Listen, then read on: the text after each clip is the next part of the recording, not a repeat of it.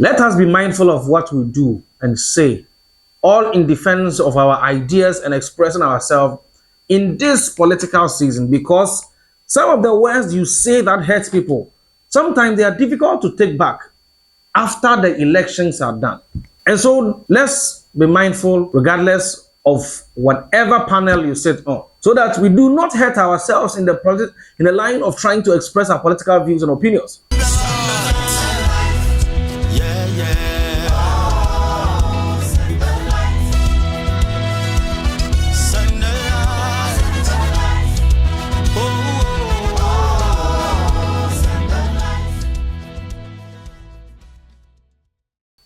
Because in this lesson today, we are looking at being magnanimous to political opponents.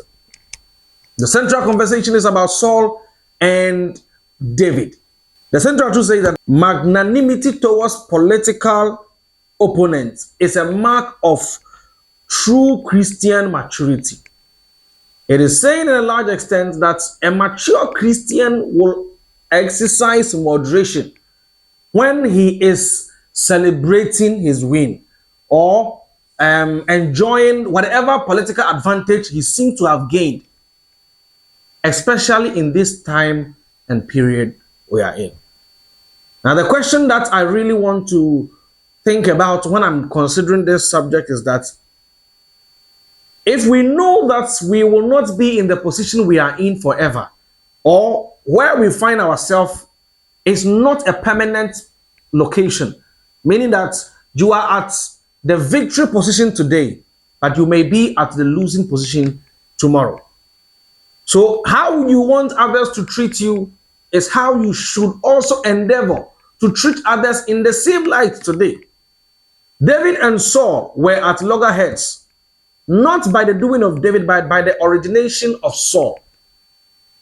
Now, in this lesson, Saul is dead. And the news was brought to David by one of the soldiers. Now, somebody who says that the downfall of my enemy is the joy of the day. You cannot rejoice at the defeat or the downfall of your opponent, because it is not a thing to rejoice about. Remember, the Bible says that leadership is from God. God appoints leaders. God opened the space for leaders, even politically. So if a person becomes a political leader, David demonstrated the fact that when he heard the death of Saul, he was at sorrow. The Bible says that in verse 12 of 2 Samuel chapter number 1. They mourned and wept and fasted till evening for Saul and his son Jonathan, and the army and the Lord and the nation of Israel, because they had fallen by the sword. The mourning of David was about for four different things. Number one was for Saul. Number two, Jonathan. Number three, the army of the Lord. And number four, the nation of Israel. David saw Saul as one who stands within the context of all these four elements mentioned here. So the fall of one leader, it has an implication on the country, on the system of the country, on the family of the leader, and even the very soul of the leader itself. So David did not rejoice because he understood it. David had understanding. May we have understanding.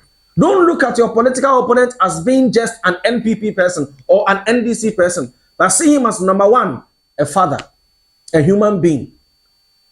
Number two, a statesman, one who has become an asset to the nation.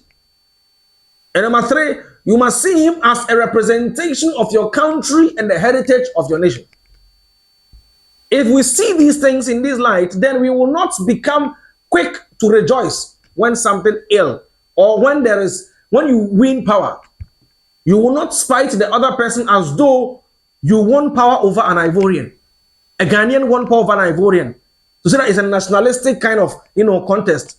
This is one nation. All Ghanaians are contesting for one authority. If one Ghanaian wins, we all rejoice with the one. And we do not spite the one who did not win, because they are in the long term all Ghanaians.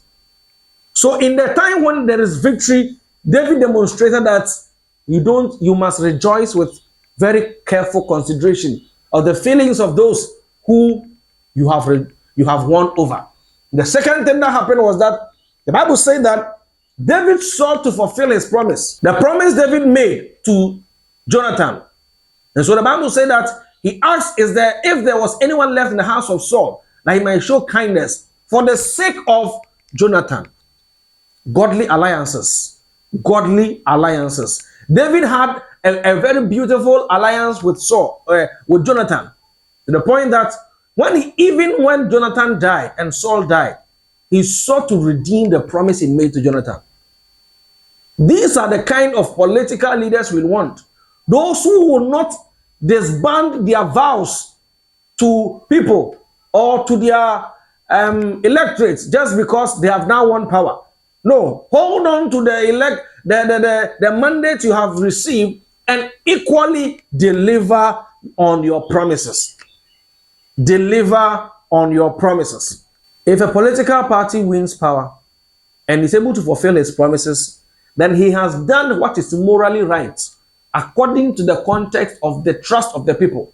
But if he fails to do it, then he has disappointed the people, and in consequence, he has lied to the people who voted him. David did not want to be a liar. The vow he made to Jonathan was binding even when Jonathan was dead. So the Bible says that David desired to fulfill this vow. We must forgive the offenses from the past. David forgave Saul. It did not matter what Saul did to him. He sought to bring Saul pleasure. The house of Saul, he restored everything to the house of Saul through Mephibosheth. This is the example that we need to emulate as Christians. If you become a powerful leader tomorrow in the political landscape of our country, please do not neglect duty because of opponents or political rivalry. It is my opponents. Is it morally right to abandon what benefits the nation because it was initiated by your political opponent? We must exercise restraint. Build upon our Christian values. Adventure to do what is godly and remain optimistic to the future, so that in our discharge of duty as leaders, political, we will become those who did what was right and needful for the people and for the nation. In this lesson, we want to ask ourselves some questions.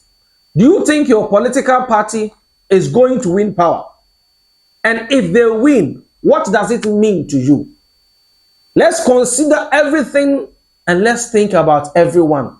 Because at the end of the day, we are Ghanaians and Ghana must win at the end of the political season. God bless you, and I'm going to see you again in the next lesson.